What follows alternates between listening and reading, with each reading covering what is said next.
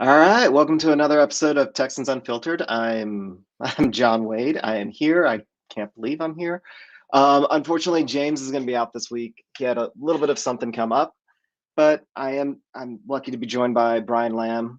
Brian, if you wouldn't mind introducing yourself, I know you're all over the place. Just give the listeners a kind of a taste of where they can find you. Yeah, I write for NFLDraftLounge.com, at NFL Draft Lounge on Twitter, Brian Lamb _ISN on Twitter, part of Infinity Sports Network. And from time to time, I also write for Houston Sports Report. All right. Well, I mean,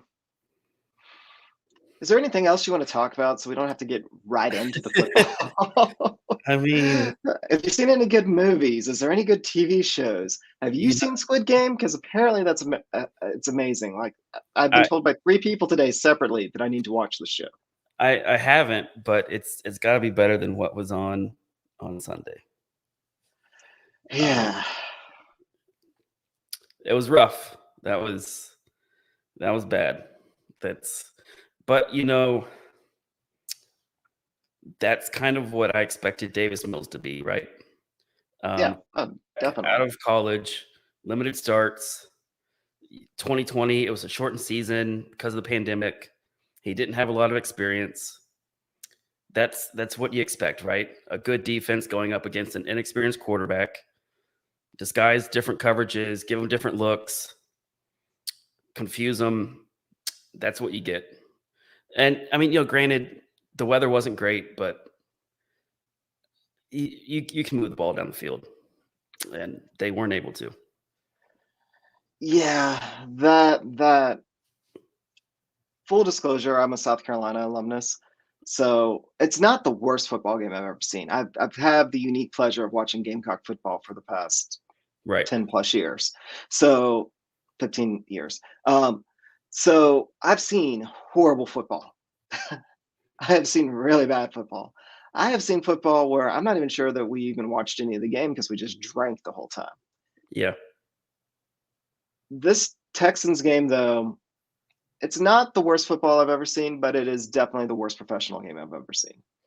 And first and foremost, I'm not mad at Davis Mills at all. Like he is what he is. Like Mm-hmm. we don't even know what he is at this point. Bad situation for him. He's a rookie quarterback. He's a developmental quarterback, and he shouldn't be the only viable quarterback on the roster at this point. Like that's not his fault. There should have been somebody else that could play, or somebody else that they could have put in at some point. Jeff Driscoll does not count. He could probably play tight end or running back. He may be more efficient than any of the running backs we currently have on the roster. Right. So this isn't me already casting judgment on Davis Mills. I don't know what type of player he's going to be in his NFL career. I'm still not ready to go down and say that he's Nathan Peterman or Tom Savage or any of those generic backup quarterbacks that never work out that everybody has their hopes in. He may be. I mean, he's still maybe. That's definitely on the table, especially when you have a game that bad for him to not ever get better. But at the same time, he was a developmental prospect. Yeah. He should not be starting this early in his career unless the team has committed to absolutely tanking for the year. If the team really truly felt like we were just going to, blow this year off, then he should have started from day one to see what they had in him. But they came out with Tyrod. They looked very competitive. Like the offense under Tyrod looked functional, looked well coached, looked creative. And Tyrod gets hurt, and all of that goes out the window. And I Mm-hmm. don't know if that's just a grasp that Davis Mills has for the offense. I don't know if if Tim Kelly designed this offense for Deshaun Watson, which he probably did, and then he could just slide Tyrod Taylor in. That's pretty much a one-to-one fit. And he just hadn't thought about having a traditional pocket passer. He hadn't really spent the offseason planning for a traditional drop back passer. And if that's so, that's a little bit on him, and that's a little bit on Nick Caserio, and that's a little bit with how they went about roster building. Again, to put Davis Mills in a situation that he's gonna need plus play calling. He's gonna need guys schemed open. I mean, essentially what Davis Mills had shown at this point is he can throw it to Brandon Cooks. Mm-hmm. and that's it. Right. That is literally it. He can barely throw a screen pass, but he can throw it to Brandon Cooks. And the Bills shut down Brandon Cooks, so no offense whatsoever. And there was no secondary option. Like there wasn't another receiver to go to. We can't run the ball. This is part of the reason that I didn't want Tim Kelly back as an offensive coordinator. I know we got super excited about Tim Jelly at the beginning of the year, but he hadn't shown that he's been able to put together an offense with a coherent rushing attack. Right. He just hasn't. I mean, and I don't know whose call it was last year to stick with David Johnson as much as they did, but David Johnson, shouldn't have been used as a bell callback. If that was on Kelly, on the running back coach, on Rack or Bill O'Brien or whomever, or if it was just this refusal to say that we absolutely lost that trade. But then you come in and you don't really upgrade that position at all. Mark Ingram, I thought he was actually a cut candidate coming out of training camp. I thought that I know everybody was really high on Philip Lindsay, and I get that he had a couple of plus years in Denver, Mm-hmm. but the fact that Denver was able to let him walk showed a lot to me. So it wasn't like putting all your bags or all your eggs into one basket. Rex Burkhead's over the hill. We already talked about David Johnson. The only young running back that we have is Scotty Phillips, and he doesn't even get to touch the ball.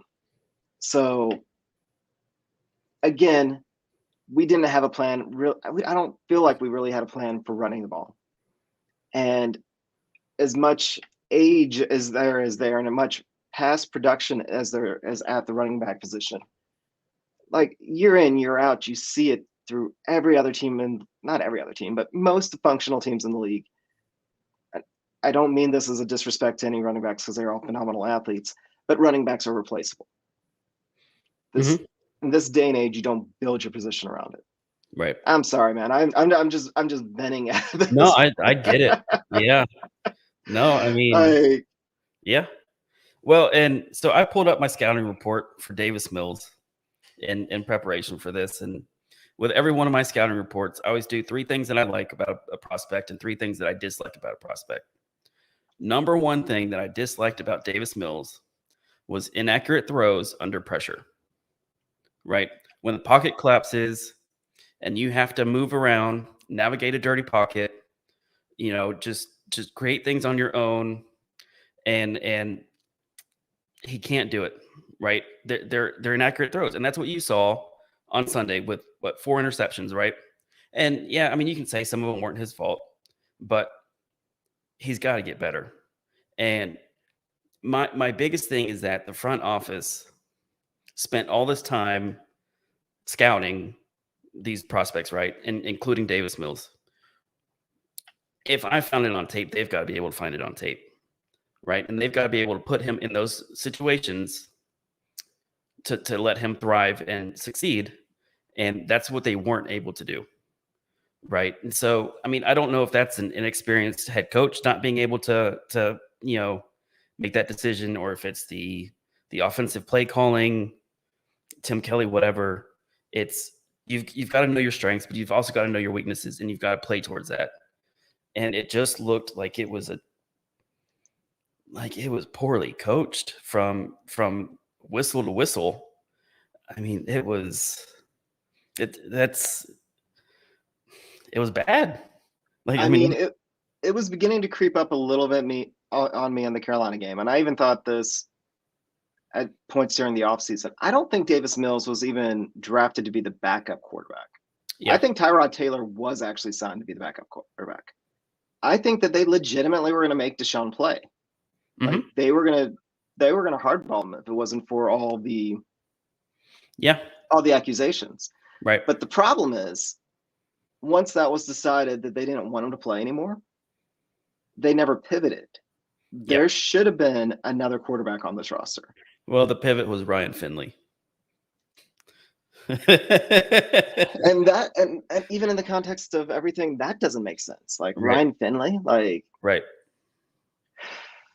Yeah. And then they pivot directly off him, and it's to Jeff Driscoll, who's shown nothing. Yeah. other than he may do well if he does a position change because he's fairly athletic, Yeah. but maybe the worst quarterback I've ever seen throwing the ball. And that definitely says something as a Texans fan. Well, and as unorganized as they looked on Sunday, I think the argument can be made that they looked just as unorganized in the offseason, right? And for the season, whether it's from the draft to the roster to what they were doing with the quarterback position and every other position, really. I mean, this isn't a winning roster. And quite frankly, I don't know if there's anybody on this roster that you can build around. I mean, it's rough. It's bad. Like, I mean, it's start on the offensive line and you build out, right? But I mean, even the offensive line is bad. So, when you can't create running holes and you can't protect your quarterback and you can't, give him a pocket to throw from, and that's where it starts. It doesn't necessarily start with a quarterback being able to, make 3 or 4 or 5 reads on one play. Again, they've got to know their strengths, they've got to know their weaknesses. You've got to develop these quick plays to get that ball out of his hands and move it downfield, whether it's screens or it's short yardage throws or whatever. But I mean, it's like I mean, I don't actually argue that. First off, I feel bad for Titus Howard. I mean, he showed plenty at right tackle, and I don't really understand. I'm trying. The only thing that makes sense in my mind for them to move him to left guard. Well, I have one theory that I think is realistic, and one theory is kind of like a pipe dream. One is they want to get him used to playing on the left side of the field. Yeah. They want him to get used to that side of the field so they can move him to left tackle. And it's used to be common practice that you draft a left tackle a year early, you let him play left guard, and then you move him out. And they're just delaying that with Titus Howard, which is frustrating, but you know what? That's par for the course for the Texans. The other thing that they may have seen is, look at what Nelson did for Indianapolis. You get a really quality left guard, you can anchor a line. Maybe that also went through their head. I just don't think that Tunsil's long for this team. Like, he probably this offseason he's going to get traded. Like, this past offseason, I think that everything was just thrown into such flux because, we are actually, with quality quarterback play, that would have masked a lot of the issues this team has. Yeah. Last year, if we didn't have a historically bad defense, if we just had a kind of bad defense, we're a playoff team. And I think they almost had that mindset.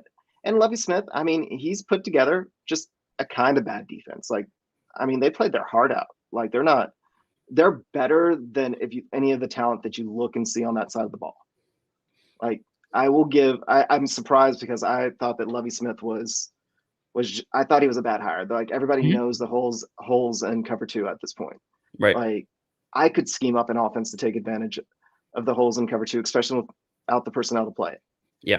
But you know what? They're playing over their heads, and they're playing way, way better than we could have ever expected. So if you have Deshaun Watson masking a lot of the holes on the offense with that defense, it's a playoff team, not a good playoff team, it's almost that, like, almost where it was almost the joke about the Texans being a fake playoff team for years. Like, you win the AFC South, big deal. Well, granted, we will always, I mean, after you miss the playoffs a couple of years, you will go back to that in a heartbeat. Yeah. But you have that, and then you have your chance to bring in the youth. Well, now they're going to have to do a hard reset. And I think that they committed to that a little too late. So that's part of the reason why I think that Tunsil, they moved money around, but the hard reset is coming this offseason, where they start just peeling off any guys that have value. Like, Howard may stick around. I think that Brandon Cooks sticks around because he's still relatively young. I mean, he's 26. He's really young for a receiver. Sharping will stick around, but they're going to be in the market for another center. They're going to be in the market for another left guard. They're going to be in the market for another right tackle. So, there's still holes even on the offensive line, where I'd say that's about the only place that they keep. I'm still beyond shocked that 2 off seasons in a row, I was like, they're going to get younger at running back, right? I can't continue to be wrong at that, right? They got to bring in. Right. I mean, it's there's a lot of young talent every year, right? At running back, and there's guys that make an impact, and that you can certainly bring in and have a productive career. But it goes back to the offensive line, right? And that you've got to create running holes. And we've seen it from Nick Caserio already of trying to reset the market on some of the deals from Jack Easterby and Bill O'Brien, and of what they did. And so yeah, I mean, naturally, it's something's got to happen with Larry Tunzel. But it's I don't know how you improve this team in one off season, right? Oh no. Let's, I mean, depending on when Terod Taylor comes back, if Davis Mills is out there for 6 or 7 games, I don't know if you can even win 6 games this season, right? So what does that look like next year? But when you look at it, I don't see this as a 1 or 2 year rebuild.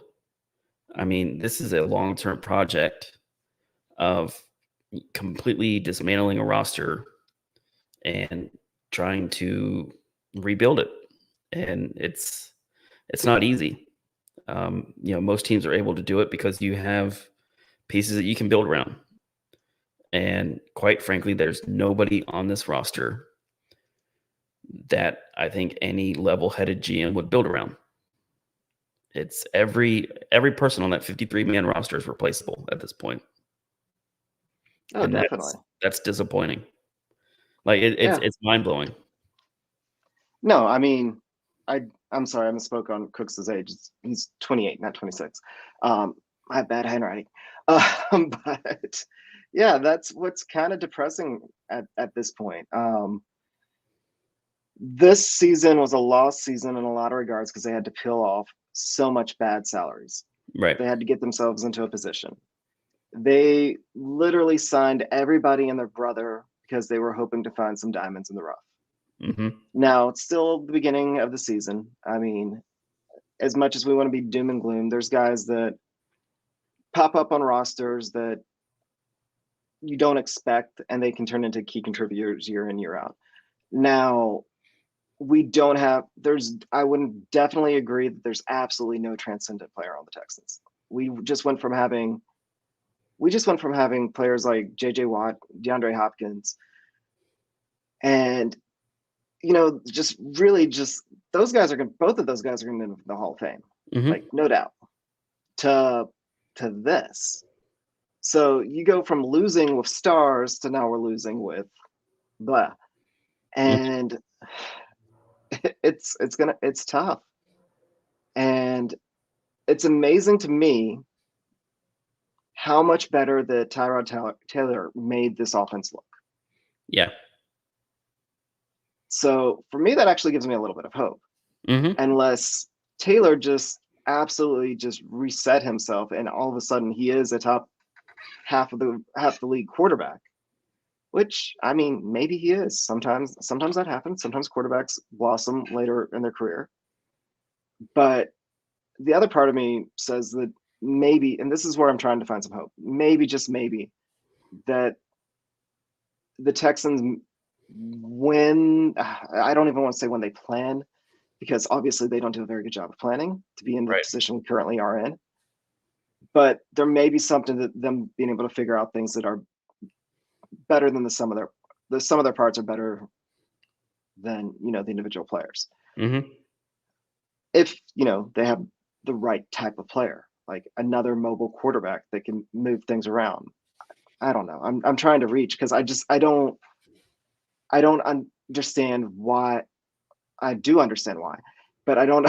It's this whole comment that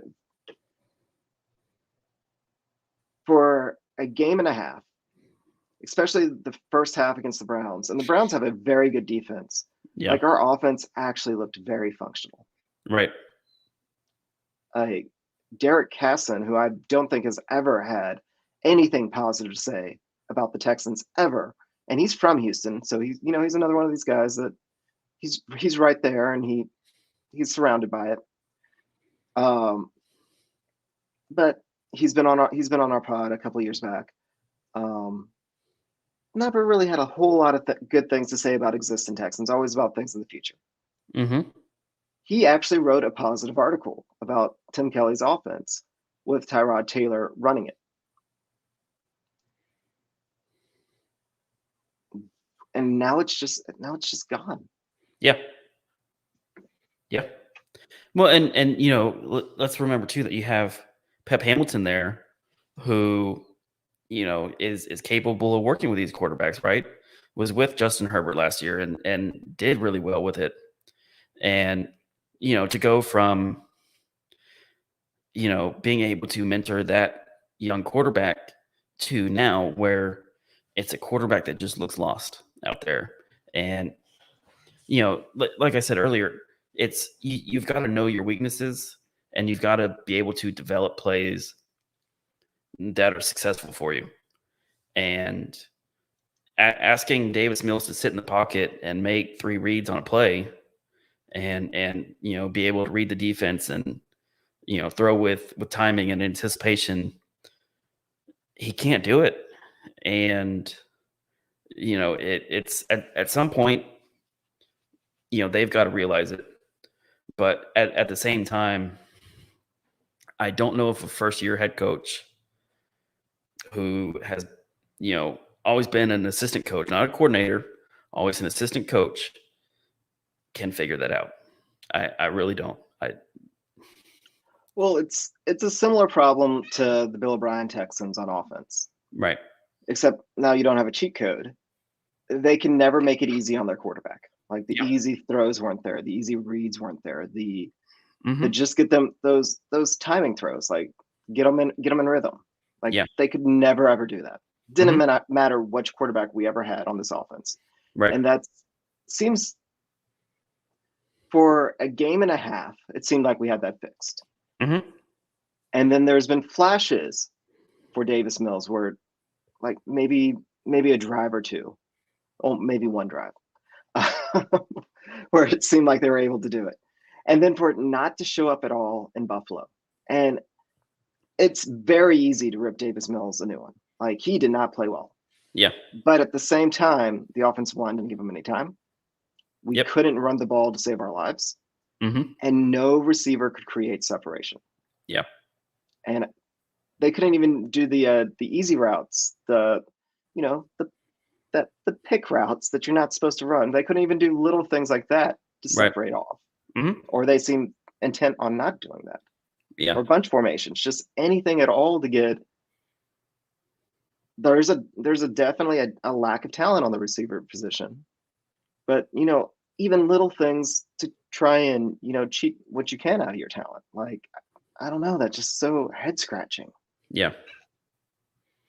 Well, and, it's crazy to think that like this offense was, it's the Texans offense has probably been, I know it got ugly there at the end, but I think it was, the best coaching that we've had on offense is probably under Gary Kubiak with Matt Schaub, right? And being able to run the bootleg and play off of the zone run and just being able to move that ball down the field. And that didn't happen with Bill O'Brien. And I think he got saved by Deshaun Watson and being able to be spontaneous and develop plays on his own. But now that Deshaun Watson's gone and you have Tim Kelly running the offense, it's bad, and it's just inefficient, and something's got to give at this point. And I just don't see them staying status quo through the offseason. I don't even know if you can if the team keeps playing like this, I don't know if he makes it through the season. Right? I mean, it's crazy to think, but I mean, it's there's got to be a fix for it, and they've got to be able to find the fix, and I just don't know if they can at this point. Well, I mean, I think that Tim Kelly staying on the staff, part of it was a bone throw to Deshaun, and Deshaun Yeah. didn't come back. Right. So Kelly has to go out there and he has to prove himself, or he's definitely gone. Now, saying that, who else do you think that the entire staff is safe to make it through the entire season? Like, what do we think? What do we think of the Phil son? Do we think that he's going to have a shorter hook than his father did?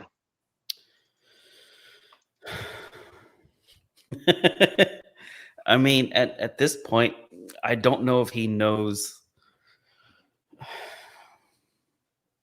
I don't know if he knows that they're playing football. I mean, he's still in his office playing Xbox. Yeah, I mean, like he's got his little toy trucks that he's Oh, playing around in his train set. But it just, I mean, I think Nick Caserio understands it, but it's a matter of like you got to find a fix, right? And it's clear that it's not David Coley, but at the same time, I don't think that Eric Bieniemy would have been able to win with this roster either. It and I don't know if you can build a winning roster for next year. So, like I alluded to earlier, I don't think it's a short-term fix. I think it's a long-term problem that's going to take a longer fix, and it's going to be a long time to rebuild the roster. And so, in that sense, I don't think that David Coley is a 1-year head coach.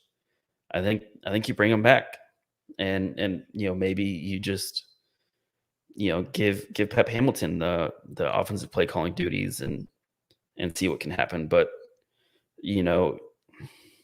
it's, I mean, you got to find a fix somewhere, right?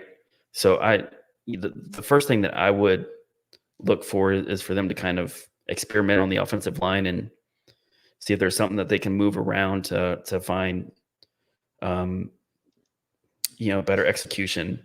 I don't know if it's there on the roster now, but I mean, at this point, you got to try something. Yeah, and then our practice squad is getting poached, and our offensive line looks like this. So that's just head scratching. Yeah. All right, we've been incredibly negative. Is there anything good that you'd want to say about this existing Texans team? Is there anything good? Any positives? I think they've been playing better on defense versus last year, right? I mean, obviously you don't have the same level of talent, but they've like you said earlier, they're playing over their head. They're playing well. Lovie Smith has them doing well. I think when you look at the roster and you look at your expectations, I think they're meeting them or even exceeding them. So on that side of the ball, yeah, I mean, I think it's better. I think the Buffalo game is hopefully a one-off on defense. I think they're a better team than what they showed. I mean, I think that's the only positive at this point. Like it can't be anything on offense. No, I mean, yeah, the defense. I will say that one of the biggest things Lovie Smith has done is he's got about 8 players on the defensive line that he's able to just rotate. Yeah, they're all slightly above average. I wouldn't say that any of them. Like, I know everybody wants Jacob Martin to be a thing, and I want him to be a thing. We all want him to be a thing. But let's be real. I mean, he's undersized, but he's an above average pass rusher, and that's kind of like throughout the line.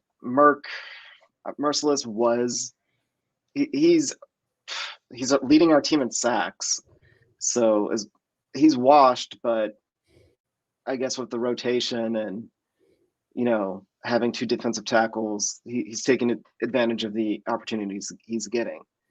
And I mean, Roy Lopez has been a happy surprise, but he's a rookie, and Yeah. he's got a ceiling. We'll see. But yeah, that defensive line and the rotation they have for a 6th-round rookie, Ryan. Yes, Roy Lopez is way better than an average 6th-round rookie. I will say that. But for a starting defensive lineman in the NFL, he's above average, which is amazing for a 6th-round rookie.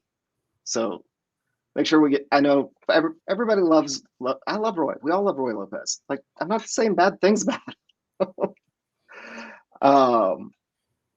But it's one of those things that I think that's probably been the biggest key to Lovie Smith is it makes the coverage look better. Just having that rotation on the defensive line, and we'll take that. That's something. I don't know if there's any possible way, like even looking at other practice squads, like I don't even know if there's any way to get any sort of youth on the offensive side of the ball where it's needed. Running back. Right. Yeah, I mean, even I looked earlier at potential free agents, and it still just didn't look. I mean, first off, I don't know how many people are really wanting to come to Houston at this point. I mean, it's not desirable, right? But I mean, if you look at it, there's really not many running backs that are going to be available. So you're waiting on one to get cut, which I don't know if you're in a better position at that point than what you're in now. I mean, even on the offensive line, like it's Teron Armstead. I mean, do you want to pay Teron Armstead? Do you I mean, it's not a great year. I mean, like I don't know if there's an easy fix, John. Oh, there's definitely not an easy fix. And there's definitely not I don't see Nick Caserio being able to turn the roster around and finding a ton of improvement in 1 year. Oh, definitely not. It's more in my mind. Is there anybody out there to get excited about watching?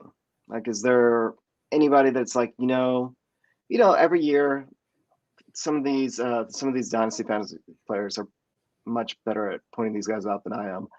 But say like the one that's in chat, Puka Williams, Coach Puka Williams. He was good at Kansas. I think that's why they love him. But you're always like, there's that guy that's buried on an undrafted that you just absolutely believe in if he would only get an opportunity. Right.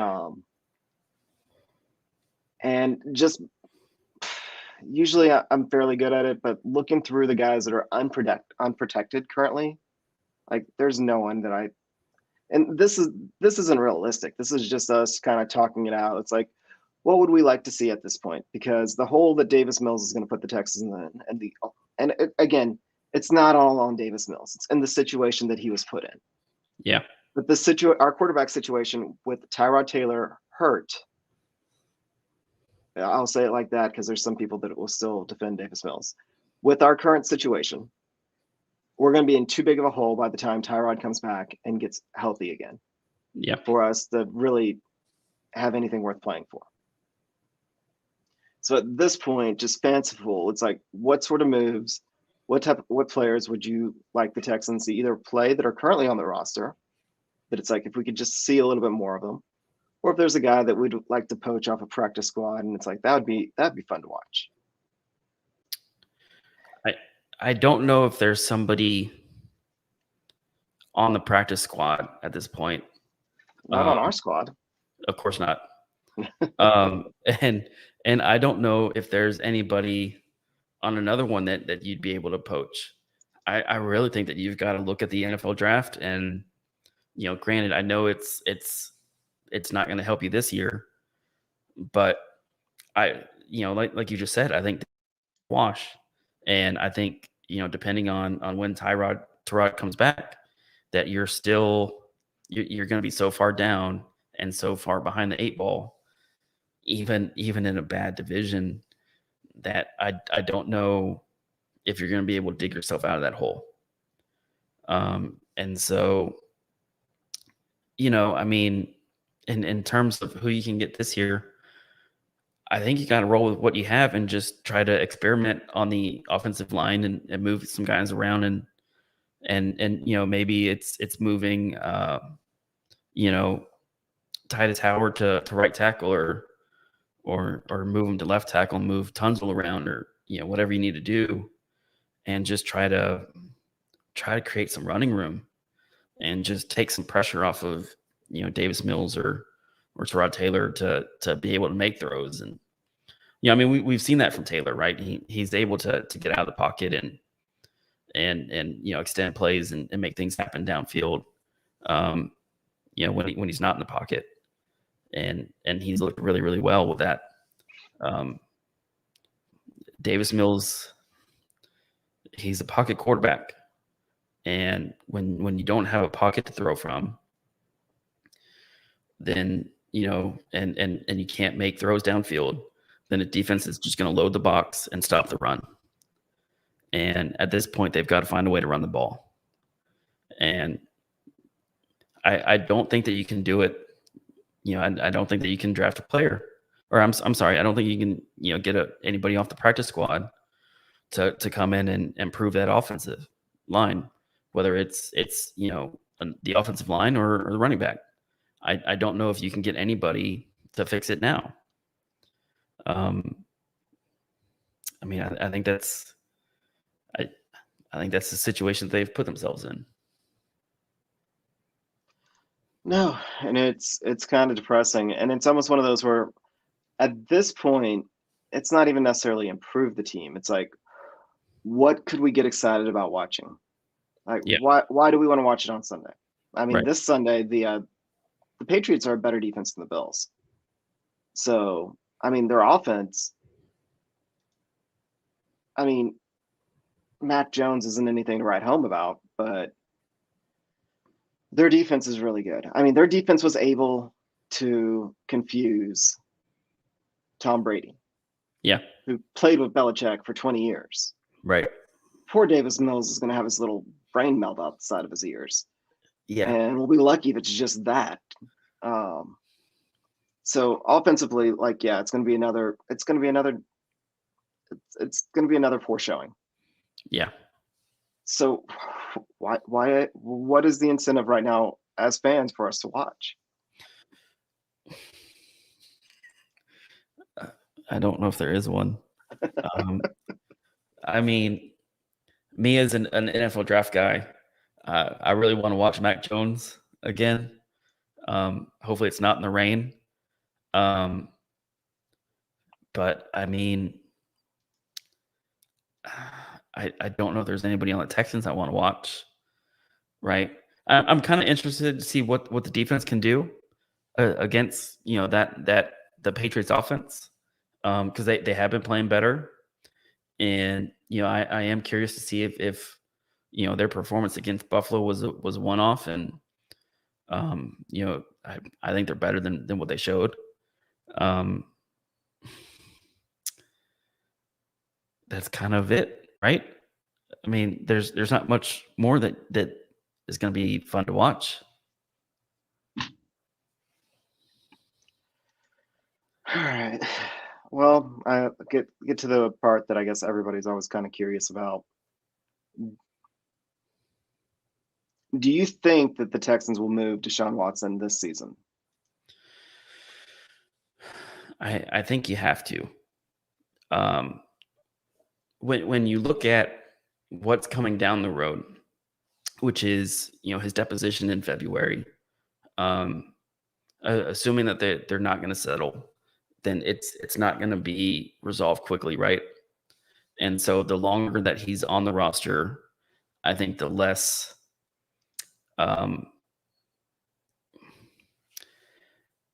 I just don't see them having any leverage the longer that he's on the roster as you get deeper into the season.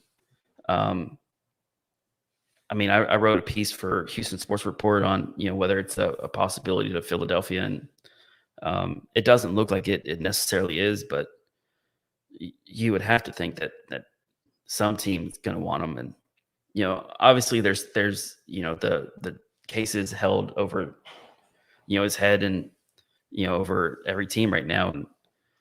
And if I were a general manager, I wouldn't touch him, but I'm not. And so, Miami, I think is there to make a play for it. So ultimately, I do think he's moved before the trade deadline. It's a matter of is Houston willing to take less to be able to improve the team? Now, because I don't know what that situation is going to look like after his deposition, right? No, and I think that at this point, it kind of just depends. Like, if you trade him now during the season, the value is automatically less Yeah. because there's uncertainty. You're making the team that he goes to better. There's a million different, or not a million, but there's quite a few different reasons why trading him during the season doesn't make sense unless you get a good return that you're happy with. Yeah. Unless you are convinced that when he goes to his deposition that Deshaun's going to do jail time. If you think he's going to do jail time, then you lose your leverage because you're trading for this year. And I mean, let's be honest though, like if a team wants Deshaun to play for even half a season, like that price is still pretty steep. Mm-hmm. Like you look at the type of players, like granted they were overpays, but Demetrius Summers was traded for a third. Mohamed Sanu was traded for a second round pick. Like these are teams that thought that these were missing pieces and they're going to go after. And these are smart teams too that made those. Well, we weren't Right. a smart team, but the Patriots were Right. going after Sanu. They're paying more because they think that that's what they need. So if a team like the Dolphins really feels that they're a quarterback away, at that point, they should be able to put together a pretty decent trade package for a 1-year rental. Like that really shouldn't destroy the value of the package completely.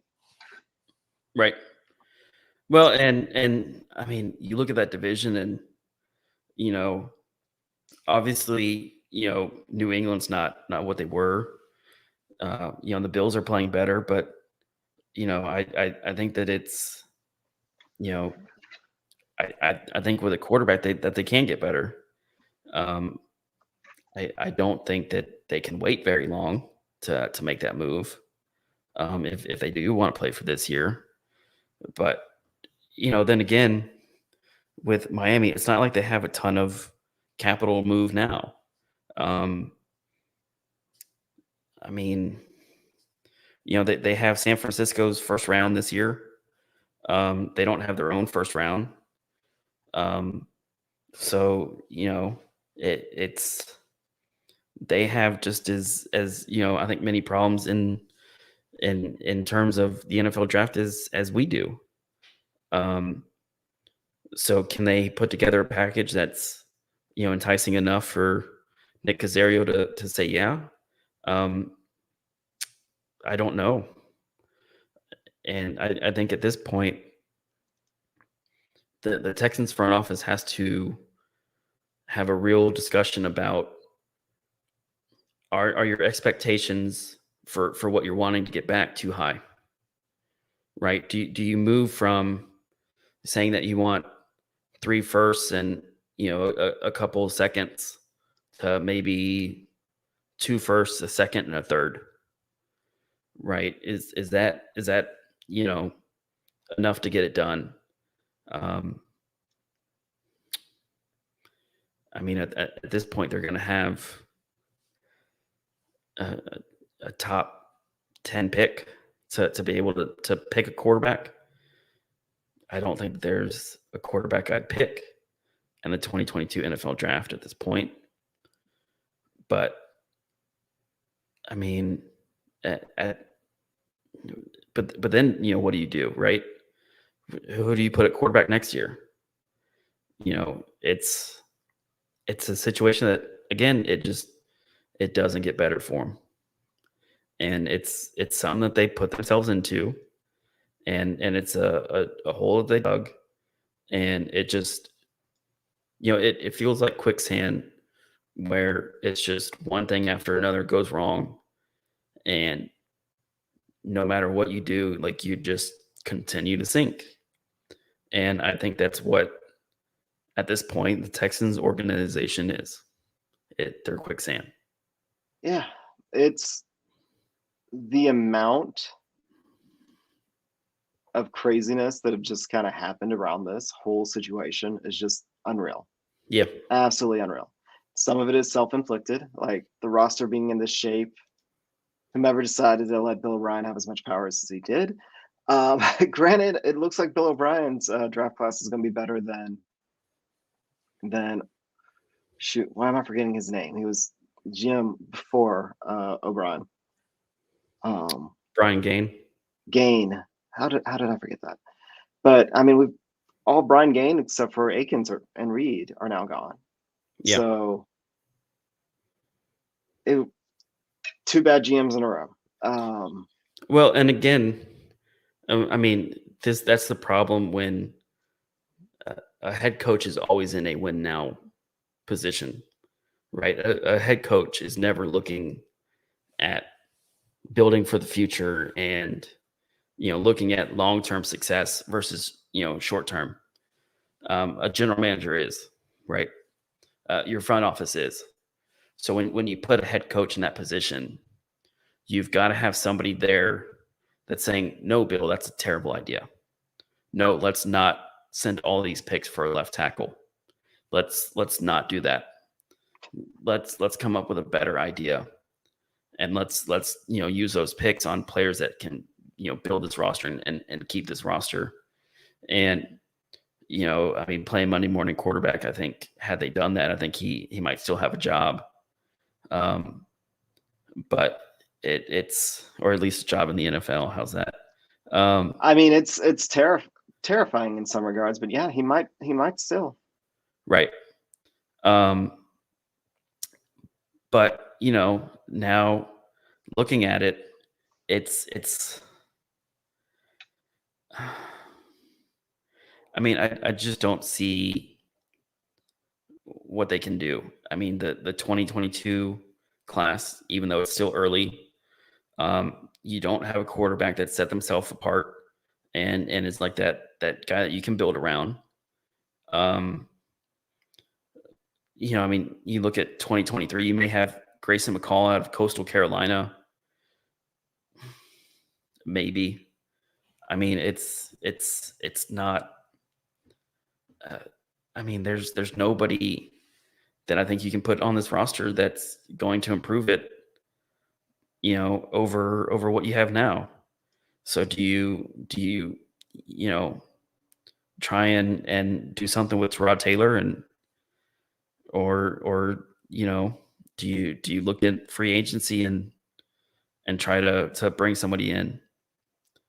Like that's not a decision I want to hinge my career on if I'm Nick Caserio or anybody in that front office. Yeah, and I mean, just to kind of go back to what you were saying about the pressure to trade Deshaun, I would also point out how hard it is to find a quarterback. Yeah. And right now, looking at what's going on in college, these next two seasons, just prospect wise, like no one's gonna get their quarterback right. Whomever out of there, somebody is gonna end up being a star. Like that's just it always happens. But no one knows who that is at this point. Right.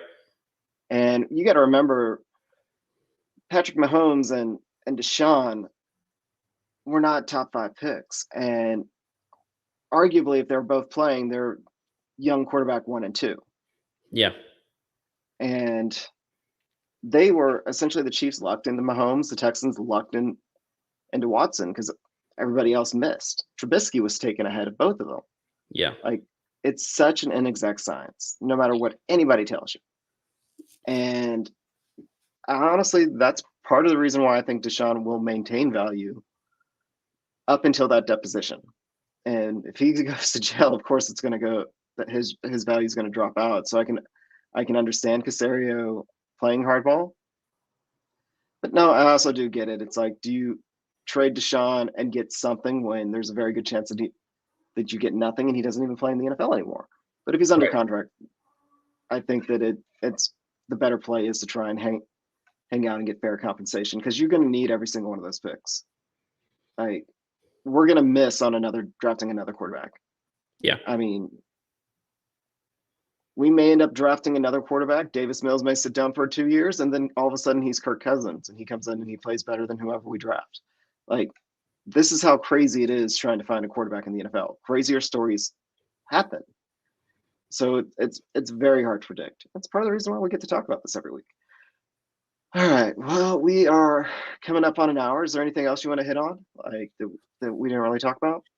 No, I mean, I think that's it. I mean, there's a couple developmental quarterbacks in the NFL draft, in 2022 that I think, have a shot at making it. I just don't know if the Texans would be in a different position with that quarterback on the roster versus what they have now, right? Like, for instance, Phil Jerkovic from Boston College. Love his arm, love what he can do, but I just don't know if that's an improvement over, Mills with some experience. And it's just, it's really going to depend on what draft pick they end up with and what players on the board. But I really anticipate them going defense with that first pick and just trying to, find somebody on that defensive front that's going to change the game and, maybe not be on the same level as what JJ Watt was, but, at least bring you, some improvement and an upgrade in talent.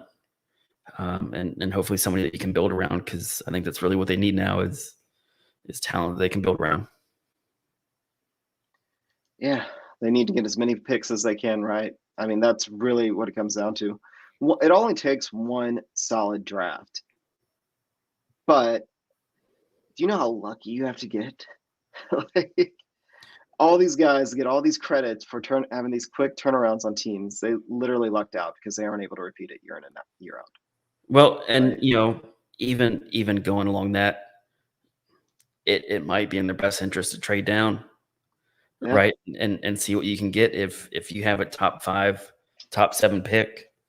Well, You know, for years, that's what Seattle and New England did. They admitted that it was every draft pick was a flip of the coin. yeah, Like, everyone had a 50-50 chance of working out for value. right, So their idea wasn't that you try and get higher draft picks. Their plan was to get more draft picks. yeah, And which was crazy because New England also would have more veterans on their team and they would have these huge draft classes. right, So that was the mentality that I'm hoping Caserio actually brought in. It's like, yeah, you have all these vets and you just draft a ton of rookies and it legitimately is competition to see what guys can actually play. But we'll see. I mean, it's too early to tell. And I'm hoping that this weekend we get a nice surprise. We're very competitive with New England. Mills shows us something, and we get to have a show next week where we're all happy and we can be positive and hopeful again. Because we're not going for a team that's a Super Bowl contender. We're just going for a team that we're digging anywhere for just a little bit of hope and a little bit of reason to watch them. yeah. Just improvement. That's what I'm looking for. Just on both sides of the ball. Just find something that you can build on, and just put Davis Mills in a position to be successful, and on the defense continue to get turnovers and continue to play a solid level of defense like what they were playing. Yep. And played early in the Buffalo game. I went back and watched it today, and Buffalo made enough mistakes to to let Houston get back in the game, and they just couldn't capitalize off of it. Right, whether it's the early interception, or the 3 and outs, or it's they gave them plenty of opportunity and couldn't capitalize off of it. So that's where I really want to see him improve. I just don't know if you can do that with the Patriots, who are always one of the better coached teams in the NFL. Oh, definitely. Last question, because it was a little bit of a thing on Twitter before the game went horrible. If you're David Culley, do you take the 3 points or do you go for it? I'm putting points on the board, right? I mean,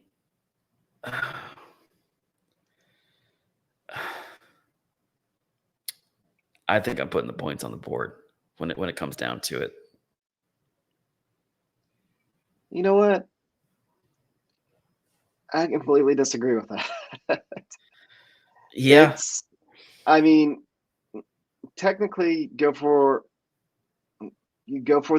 7, especially when it's 4th down and less than 5. And I believe that was the right call. It just didn't work out. You got to go for it. And the flip side of that is they're starting off with very bad field position. The defense should be able to at least keep them pinned back. So I actually think it's the right thing. But I mean, I get why people say go for the points. Like, honestly, if we had lost 40-3, we would have probably not necessarily been happier, but a little less embarrassed. But I do get it. I don't think the Culley made the wrong call on it. Like, you don't, even with the way everything worked out, like, I think that was the right call. I'm a momentum guy, right? You find something to build on, and you just continue. And it's just like at the start of the game, when you're scripting your first 10 plays of the game, find 10 plays that are successful for you, right? Get some completions, move the ball, build some confidence. I think putting points on the board would have at least done some of that for you too. Because fair point. I mean, you got down there, not well, but you got down there. So, fair point. All right, man. Well, I appreciate you so much. Thank you, especially on short notice. Just let everybody know where to find you one more time. Yeah, again, it's NFLDraftLounge.com, HoustonSportsReport.com, on Twitter at BrianLamb_ISN. All right, Brian. Great conversation. Really appreciate you one more time. Thank you all to everybody in chat. I know James put out the message that he wasn't showing up, so I think most people took that as the show wasn't going to be on tonight. But those of you that still showed up, thank you all so much. It means the world to me. And hopefully we'll have a much better conversation next week, because this game will actually be worth watching. But until then, we will see. I hope everybody takes care, and we will see you then.